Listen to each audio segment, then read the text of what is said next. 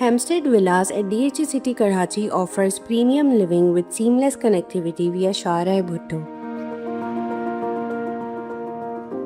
Gather he was into the gym within a week of just remarkable. Yeah. Oh, well, he's got the training. Yeah, he's actually a trained PT, so no better man. Oh, now, yes, given Carmichael, I'm not sure picked it, and the impact, it's immediate from Rashid Khan. It was almost a celeb appeal. He just knew that it was adjacent. Holdstock had no hesitation whatsoever. The South African's finger goes up immediately, and Carmichael, who looked all at sea against spin and Derry, as soon as Khan comes into the game, he strikes. As Gazanfar will make it spin from both ends. This one has bounced quite significantly, but it's given. And Lorcan Tucker thought he might get the benefit of it. Kennedy had a long old think about it, and spin is the factor again for Ireland. Afghanistan exceptional. Gazanfar joining Khan in the wickets column. Is it? Bump ball, surely. There's appeals all around, but I think that's a bump ball straight back into the ground before looping back to the bowler. Yeah, I mean, for me, this is 100% a bump ball. I'd be absolutely amazed if Curtis Confer hasn't just hit this. Even the way it's bounced, that it doesn't come up like that once unless it is a bump ball. Bold, absolutely glorious. That is just beautiful bowling. I'm pretty sure this was the googly look, and we're directly at sort of at fine leg, and we can see the ball coming out of Rashid Khan's hand, and that one looked a little bit slower, the googly, and it's just tricked Harry Tector into thinking it was a bit fuller than it was, and it spun viciously and hit that leg stump, kept this partnership going. Sorry, the previous partnership. So to lose that 7th wicket was poor timing.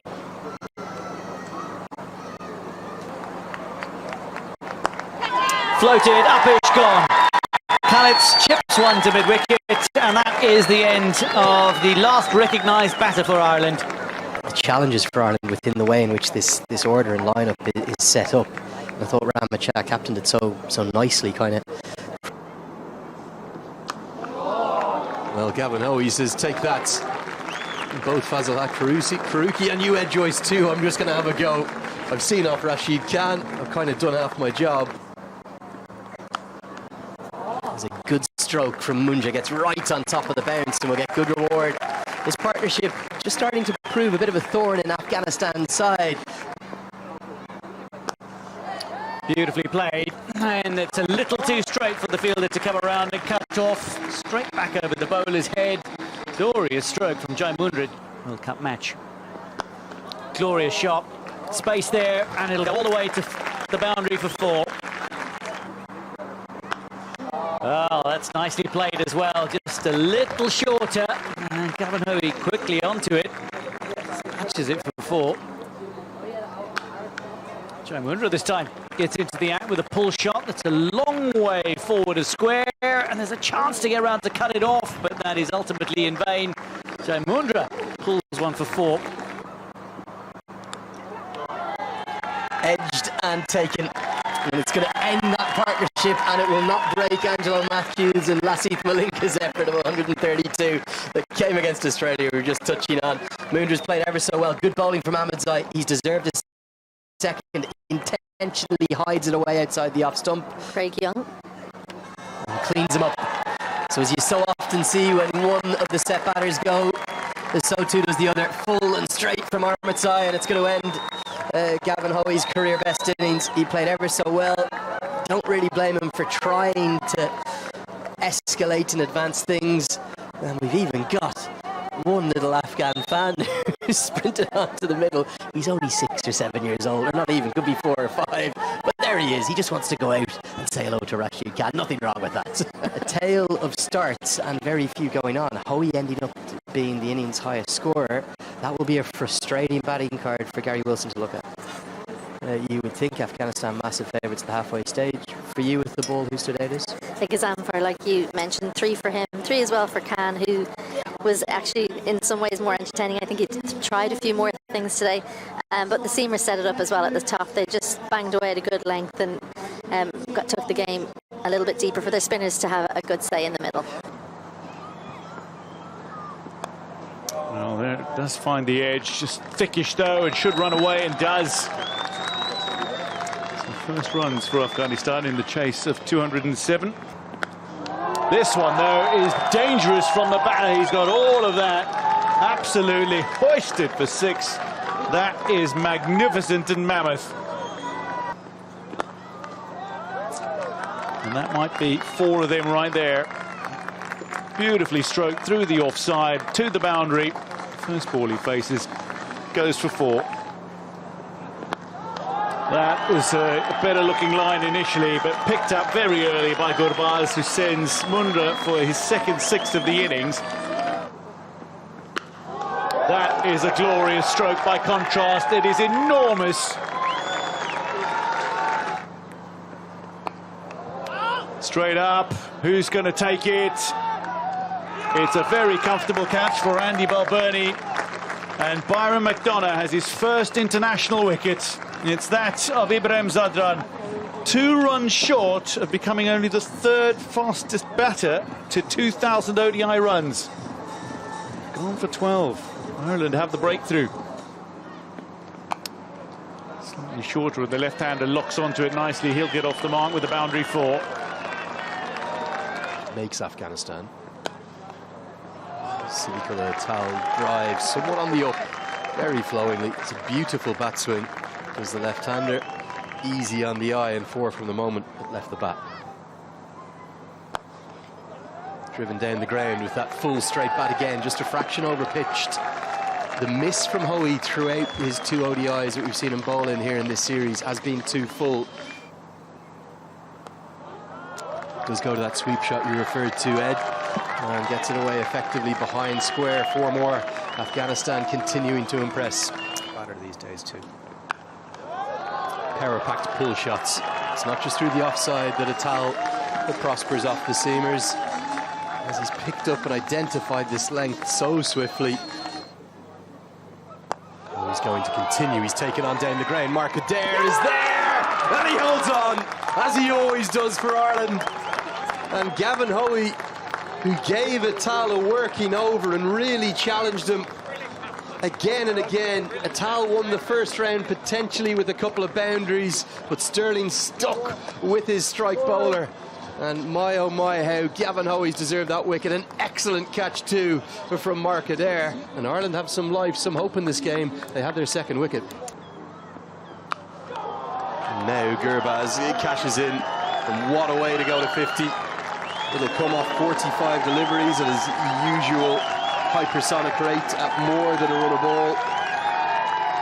Gets there with the maximum, clears that front leg. It's a bit more T20 in style. His 4th maximum already of the innings. The 24-year-old is something special. Oh, cleans him up. And yet again, it's Adair who's got Rahmat Shah. From memory, I think he's done him twice in Test match cricket, if not 3 times.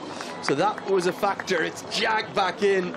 It is somewhere where Shah has a little bit of weakness early in his innings. Inspired captaincy, not just from Paul Sterling, but also from you, Ed Joyce, here in the commentary box. Wonderful skills from Mark Adair. Forward sort of Top edge, but it's got a long way. It's got a lot of wood, and I think that's another ball that's going to need to be replaced. Oh, that's beautifully played. Fantastic effort from Mark Adair. That is launched a little shorter from Hoey, but it's a welcome back from Hashmatullah Shahidi as he launches it for 6. Shorter again. He's going to go on the pull, and Mundra's out in the deep, takes the catch.